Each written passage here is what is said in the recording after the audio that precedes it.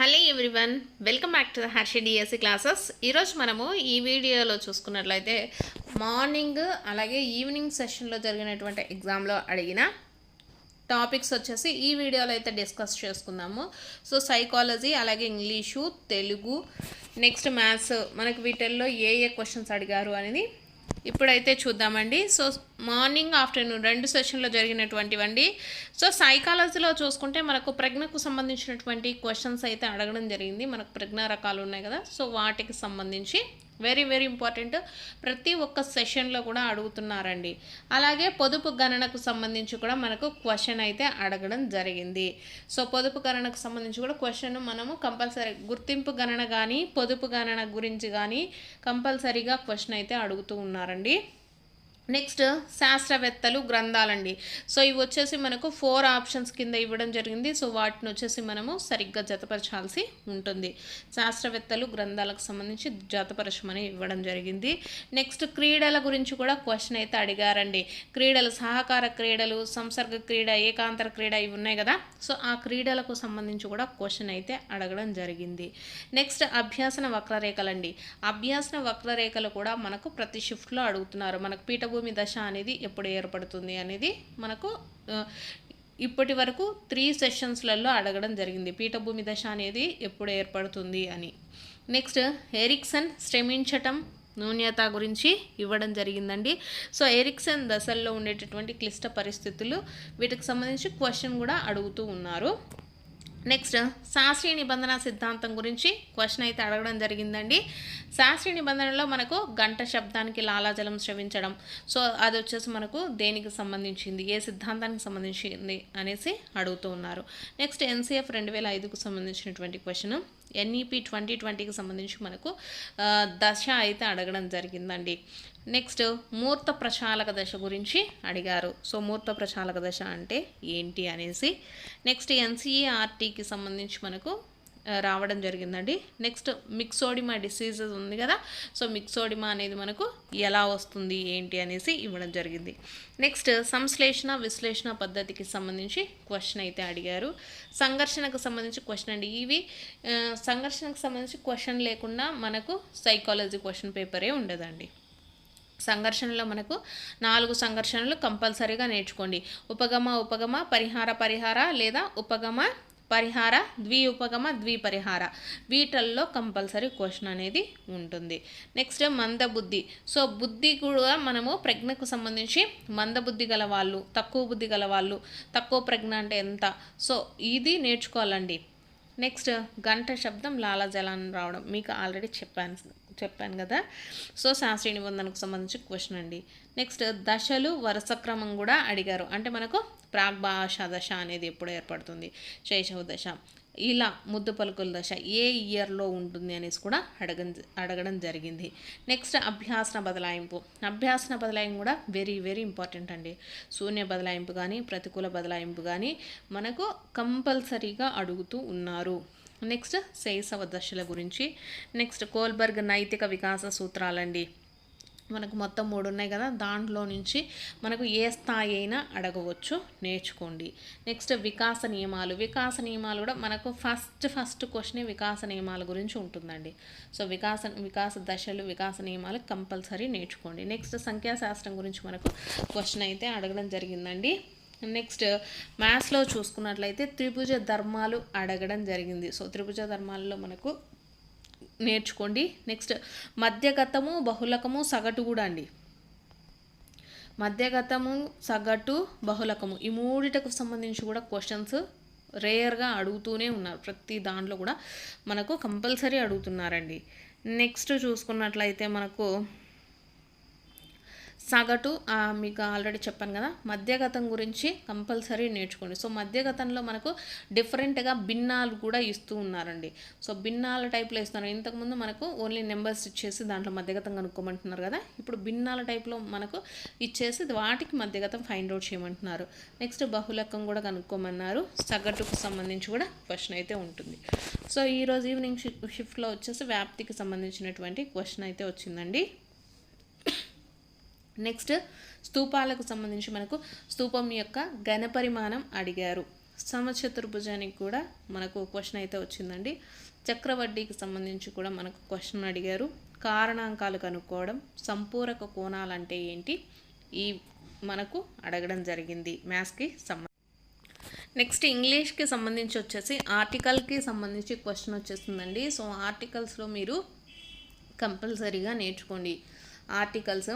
అలాగే compound sentence అండి. Compound sentence, complex sentence, simple sentence అంటే ఏంటి, ఈ మూడు కూడా మీరు నేర్చుకోండి. ఆల్రెడీ నేను మన ఛానల్లో వచ్చేసి ప్రతి ఒక్క ఇంగ్లీష్ పేపర్లో మీకు ఎక్స్ప్లెయిన్ చేయడం జరిగింది. ఆర్టికల్స్ గురించి కానీ, కాంపౌండ్ సెంటెన్సెస్ గురించి కానీ, పాసివ్ వాయిస్, అలాగే ప్రపోజిషన్స్ కానీ, ఇంట్రాగేటివ్ సెంటెన్స్ అంటే ఏంటి, ఎక్స్క్లమేటరీ సెంటెన్స్ అంటే ఏంటి, ఇవన్నీ మనం ఎక్కడ యూజ్ చేస్తాము, ఎప్పుడు యూజ్ చేస్తాం అనేది ప్రతి ఒక్కటి కూడా మన ఛానల్లో అప్లోడ్ అయ్యాయండి. సో అవే మనకు అలాంటి మోడల్సే మనకు ఎగ్జామ్లో కూడా వస్తూ ఉన్నాయండి. అబ్స్ట్రాక్ట్ నౌన్ అంటే ఏంటి, సైలెంట్ లెటర్స్, లేకపోతే మనకు spelling letters, correct spelt word ఏంటి అనేసి కూడా మనకు అడుగుతూ ఉన్నారు. సో ఇవన్నీ కూడా మనము ప్రతిరోజు అప్లోడ్ చేసేటటువంటి ఇంగ్లీష్ పేపర్లో ఉన్నాయండి. సో ఎవరైనా ఇప్పుడైనా లేదు మేమేం చదవలేదు అనుకున్న వాళ్ళు జస్ట్ ఒకసారి రివైజ్ చేసుకోవడానికైనా చూడండి. ప్రాక్టీస్ బిట్స్ అన్నీ కూడా సైకాలజీలో కూడా మనం ప్రతిరోజు అప్లోడ్ చేస్తున్నటువంటి టాపిక్స్లలో నుంచే క్వశ్చన్స్ అనేటివి వస్తూ ఉన్నాయండి. సో డైరెక్ట్ క్వశ్చన్స్ మీకు ప్రతి ఒక్కటి కూడా మన ఛానల్లో చెప్పేటటువంటి సైకాలజీలో మీకు అభ్యాసన వక్రరేఖలు చెప్పాను, ఎరిక్సన్ గురించి చెప్పాను, సంఘర్షణ చెప్పాను. ప్రతి ఒక్క టాపిక్ మీకు విత్ ఆప్షన్స్తో మన ఛానల్లో ఎక్స్ప్లెనేషన్ అనేది ఉంటుందండి. సో ఎందుకు అంటే మీకు ఆ టాపిక్ మొత్తం కవర్ అయ్యే విధంగా మన ఛానల్లో చెప్పడం జరుగుతుంది. కాబట్టి ఈజీగా మీరు ఆ టాపిక్కి సంబంధించి ఏ క్వశ్చన్ అయినా ఆన్సర్ అయితే చేయగలరు. ఇంగ్లీష్ కూడా అంతే అండి. ఇంగ్లీష్లో అడుగుతున్నటువంటి ప్రతి ఒక్క టాపిక్ అన్నీ కూడా ప్రీవియస్గా జరిగినటువంటి ఎగ్జామ్లో అడిగినటువంటి టాపిక్సే. ఆ టాపిక్స్ అన్నీ కూడా నేను మీకు ప్రీవియస్ పేపర్ తీసుకొని ఎక్స్ప్లెనేషన్ కూడా ఇవ్వడం జరిగిందండి. సో దాంట్లోటే వస్తున్నాయి, as it is away topics మనకు వస్తున్నాయండి. నెక్స్ట్ మెడ దగ్గర ఉండే గ్రంథి ఏది అనేసి కూడా అడిగారు. కుదురు పర్యాయ పదం అడిగారు. ఉపమా అలంకారము తెలుగుకి సంబంధించి అండి. అలంకారాలు వెరీ వెరీ ఇంపార్టెంట్. ప్రతి అలంకారము సందులు, అర్థాలు, ప్రకృతి వికృతులు, ఇంకా ఒక్కొక్క బిట్ కంపల్సరీ ఉంటుందండి వాటికి సంబంధించి. ఇంకా ప్రతిసారి చెప్పనవసరం లేదు. గజల్కి సంబంధించి మనకు క్వశ్చన్ అయితే అడిగారు. భువి అర్థం ఏంటి, ఒక పద్యం ఇచ్చేసి మనకు దాన్ని వరుస క్రమంలో ఇవ్వడం అండి. వరుస క్రమంలో మనము దాన్ని చేయాల్సి ఉంటుంది. నెక్స్ట్ రక్తపీడనంని కొలిచేది ఏది, అలాగే మోనోపాజ్ ఏజ్, నెక్స్ట్ వృత్యానుప్రాస అలంకారం అండి. నెక్స్ట్ చూసుకున్నట్లయితే వృద్ధి సంధికి సంబంధించినటువంటి క్వశ్చన్ అయితే అడగడం జరిగింది. నెక్స్ట్ బుద్ధిహీనుడు, బుద్ధి చేతహీనుడు, విభక్తులకు సంబంధించండి. తృతీయ విభక్తి, విభక్తులు కూడా వెరీ వెరీ ఇంపార్టెంట్. యగనము, యగనానికి సంబంధించి మనకు గురువు లఘువులను గుర్తించండి అనేసి వచ్చారండి. యగనంలో మనకు ఎన్ని గురువులు ఎన్ని లఘువులు ఉంటాయి. సో కింద గురువు లఘువులు ఇచ్చేసి యగనము అంటే ఏంటి అనేసి. నెక్స్ట్ డూ ఆర్ డై నినాదము, పరివర్తన యథా లెసన్స్కి సంబంధించి మనకు లెసన్లో పాత్రకు సంబంధించి ఇచ్చారండి. పాత్రకు సంబంధించి ఒకటి, అలాగే ప్రక్రియకు సంబంధించి. నెక్స్ట్ చూసుకున్నట్లయితే మోరిసన్ నమూనా అయితే ఇవ్వడం జరిగిందండి. నెక్స్ట్ ఇంకొన్ని క్వశ్చన్స్ కూడా చూద్దాము. రోషన్ సిరామరకల పరీక్షల్లో HAHD అంటే ఏంది అనేసి ఇవ్వడం జరిగిందండి. రోషన్ సిరామరకల పరీక్షల్లో వెరీ వెరీ ఇంపార్టెంట్. నెక్స్ట్ తక్లాస్ అంటే అనగా ఏమి, ఉపగమ పరిహారకు సంబంధించి క్వశ్చన్. సో ఆల్రెడీ చెప్పాను. అపసామాన్య విస్మృతి అంటే ఏంటిది, సో మనకేమైనా గాయాలు తగిలినప్పుడు అంటే మనకు యాక్సిడెంట్స్ జరిగినప్పుడు మనకు విస్మృతి అనేది జరుగుతుంది కదా, సో దాన్ని అపసామాన్య విస్మృతి అంటారు. సో కింద ఆప్షన్స్ ఇచ్చేసి ఈ కింద ఇచ్చినటువంటి వాటిల్లో అపసామాన్య విస్మృతి అంటే ఏంటి అనేసి అడిగారండి. చుట్టూరేయి సంధి విడగొట్టండి అనేసి ఇచ్చారు. పద్యము 3 గతులు అనగా ఏమి అనేసి ఇచ్చారండి. నెక్స్ట్ ద్వితీయ తత్పురుష సమాసానికి చెందినది ఏది అనేసి అడిగారు. మేము, తాను, మమ్మల్ని. సో వీటిల్లో మనకు ఏది ఉత్తమ పురుష మధ్యమ పురుష సంబంధించి అడిగారండి. ఉత్తమ పురుష అంటే ఏంటి, మధ్యమ పురుష అంటే ఏంటి. సో మనకు ప్రతిరోజు కూడా నేను తెలుగు వీడియోస్ అయితే అప్లోడ్ చేస్తూ ఉంటాను కదా, దాంట్లో ప్రతి ఒక్క గ్రామర్ కూడా మీకు ఎక్స్ప్లెయిన్ చేస్తానండి. సో ఉత్తమ పురుషకు సంబంధించి ఏమొస్తాయి, మధ్యమ పురుషకు సంబంధించి ఏమొస్తాయి, ప్రథమ పురుషకు సంబంధించి ఏమొస్తాయి అన్నీ కూడా అప్లోడ్ చేశాము. సో అవే మనకు యాజ్ ఇట్ ఈస్ ఎగ్జామ్లలో ప్రతిరోజు కూడా వస్తున్నాయండి. నెక్స్ట్ అభ్యాసన బదలాయింపు జతపరుచుము అనేసి ఇచ్చారు. సో మీకు చెప్పేశాను ఆల్రెడీ. వైఖరికి సంబంధించి నిర్వచనం అడిగారండి. పియాజేకి సంబంధించి మూర్త ప్రచాలక దశ, సాంఘీకరణం నిర్వచనం ఇచ్చారు. నెక్స్ట్ చర్యాత్మక పరిశోధనకు సంబంధించి సరి అయినది, ఇది కూడా మీకు ఆల్రెడీ నేను కంటెంట్ చెప్పాను, ప్రాక్టీస్ బిట్లు కూడా చెప్పానండి. నెక్స్ట్ చూసుకున్నట్లయితే పోలికకు సంబంధించి ఇవ్వడం జరిగిందండి. ఉపమేయము ఉపమానం, ఉపమావాచకము సమాన ధర్మం అంటే ఉపమాలంకారానికి సంబంధించి క్వశ్చన్ అయితే ఇవ్వడం జరిగింది. నెక్స్ట్ ఫిగర్ ఆఫ్ స్పీచ్, మీకు ఇంగ్లీష్లో నేను కంపల్సరీగా చెప్పాను, ఫిగర్ ఆఫ్ స్పీచ్ నేర్చుకోండి అడుగుతున్నారు. అది సిమిలీ గురించి కానీ లేకపోతే మెటాఫర్ అంటే ఏంటి కానీ, సో ఇది కూడా నేను ఆల్రెడీ ఎక్స్ప్లెయిన్ చేశాను, ఒకసారి అయితే చూసుకోండి. పటాలకు సంబంధించి మనకు సోషల్లో అండి రాజకీయ పటాలకు సంబంధించి కానీ ఇవి అడిగారనమాట, మనకు రాజకీయ పటాలంటే ఏమొస్తాయి అనేసి. నెక్స్ట్ గిరిజన సంచార జాతులకు సంబంధించి క్వశ్చన్ అయితే వచ్చింది. నెక్స్ట్ చింతా దీక్షితులకు సంబంధించి క్వశ్చన్ అయితే వచ్చింది. క్రింది వానిలో పొడుపు కథకి సంబంధించినది ఏది అనేసి ఇచ్చారంట అండి. సో కింద పొడుపు కథ ఏవో కొన్ని సామెతలు పొడుపు కథలు రెండు కంబైన్ చేసి ఇస్తారు. సో దాంట్లో మనము పొడుపు కథకు సామెతలు డిఫరెన్స్ అనేది చేయాలి. నెక్స్ట్ ఛేదార్థకం అండి, వాక్యాలు రకాలలో. సో మీకు ఆల్రెడీ చెప్పాను, ఛేదార్థక వాక్యం చెప్పాను, శత్రార్థక వాక్యం చెప్పాను, వార్తకం చెప్పాను. సో ప్రతిరోజు మన తెలుగు వీడియోస్ ఫాలో అయ్యే వాళ్ళకి అందరికీ కూడా ఈజీగా ఆన్సర్ అయితే చేసేస్తారండి. నెక్స్ట్ క్రియకి ఎవరు అని ప్రశ్నిస్తే వచ్చేది ఏది అనేసి ఇవ్వడం జరిగింది. ఇవి కూడా నేను చెప్పాను.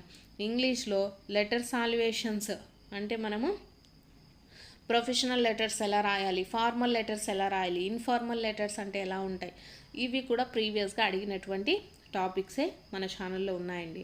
Noun types, complex sentence, structural word అంటే మనకు present tense, past perfect tense అంటే స్ట్రక్చర్ ఆఫ్ ద వర్డ్ ఎలా ఉంటుంది, ఫార్మేషన్ ఆఫ్ సెంటెన్స్ ఎలా ఉంటుంది అనేసి స్ట్రక్చరల్ వర్డ్. ఇప్పుడు పాస్ట్ పర్ఫెక్ట్ టెన్స్ అంటే మనకు దాని యొక్క సెంటెన్స్ స్ట్రక్చర్ ఎలా ఉంటుంది అనేసి మనకు క్వశ్చన్ అయితే ఇచ్చారండి. నెక్స్ట్ ధారండైకి సంబంధించినటువంటి ప్రజ్ఞా రకాలు, ధారండైకి ప్రజ్ఞా రకాలు, నియమాలు రకాలు, కోల్బర్గ్ మ్యాచింగ్, స్మృతులకు సంబంధించి మ్యాచింగ్ అండి, కోల్బర్గ్కి సంబంధించి కూడా మ్యాచింగ్, వైగోట్స్కి సంబంధించి 2 క్వశ్చన్స్ అయితే ఇచ్చారు. సిగ్మండ్ ఫ్రాయిడ్ మౌఖిక దశకు సంబంధించి బిట్ అయితే వచ్చింది. సంఘర్షణ రకాలండి, సో మీకు ఆల్రెడీ చెప్పేశాను. రక్షక తంత్రాలు, వికాస సూత్రాలకు సంబంధించి బిట్, డిఓఓసి ఫుల్ ఫామ్స్, సో ఐసిటికి సంబంధించిన ఫుల్ ఫామ్స్ కూడా మన ఛానల్లో అప్లోడ్ అయితే చేశాను, చూడండి ఒకసారి. శాస్త్రీయ నిబంధన సిద్ధాంతానికి సంబంధించి బిట్, పొదుపు గణనకు సంబంధించి మీకు ఆల్రెడీ చెప్పాను. సెంచర్స్ ఆఫ్ చైల్డ్హుడ్ రచించింది ఎవరు అనేసి అడిగారండి. నెక్స్ట్ అలాగే సందులకు సంబంధించి లూలానాల సంధికి సంబంధించి క్వశ్చన్ అడిగారు. గురువుకి విభక్తి అడిగారు. చీర నానార్థము, రత్నానికి అర్థం అండి, ఛేదార్థకము.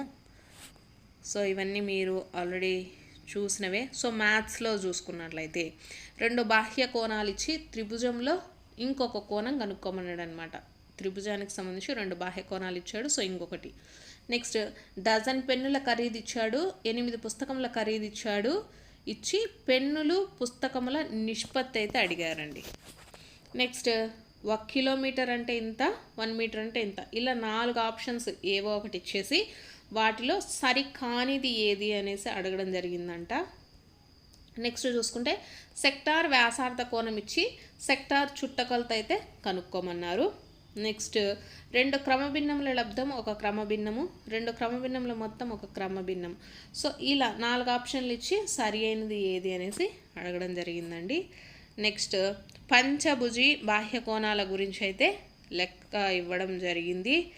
నెక్స్ట్ ఇక్కడ 4,0,6 ఇలా 4 సంఖ్యలు ఇచ్చి వాటి సరాసరి అయితే కనుక్కోమన్నాడు. నెక్స్ట్ 2 భిన్నాలు ఇచ్చి వాటి మధ్య గల భిన్నం అయితే అడిగారు, 4 ఆప్షన్స్ ఇచ్చేశారు. నెక్స్ట్ చతుర్భుజం యొక్క 10 సెంటీమీటర్స్ దాని కర్ణము మీది చతురస్ర వైశాల్యం ఎంత అనేసి అడిగారండి. నెక్స్ట్ 3 వరుస సహజ సంఖ్యల లబ్ధం ఇచ్చి పెద్ద సంఖ్య చిన్న సంఖ్య ఏది. సో ఇలాంటి లెక్క అయితే ఇవ్వడం జరిగింది. సో ఇవి వచ్చేసి మనకు సైకాలజీ, ఇంగ్లీషు, అలాగే తెలుగు, మ్యాథ్స్కి సంబంధించి ఏ క్వశ్చన్స్ అడుగుతున్నారు ఏంటి అనేదండి.